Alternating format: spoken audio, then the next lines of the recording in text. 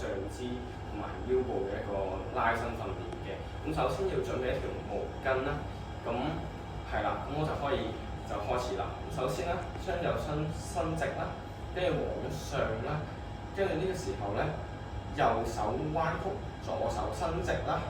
咁呢個時候會感覺到右手會有啲拉扯嘅感覺嘅。咁擺喺後腦嘅位置，跟住咧就會有啲拉扯感覺，跟住向左傾斜啦。咁傾斜少少就得㗎啦。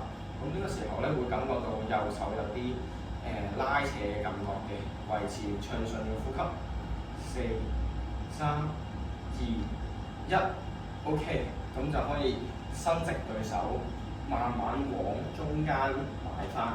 咁另一個位置都係啦，左手彎曲，右手伸直，跟住會感受到左手係有拉扯嘅感覺，再往右傾斜，咁保持暢順呼吸。4、3、2、1、0，兩隻手伸直，翻去中間位置。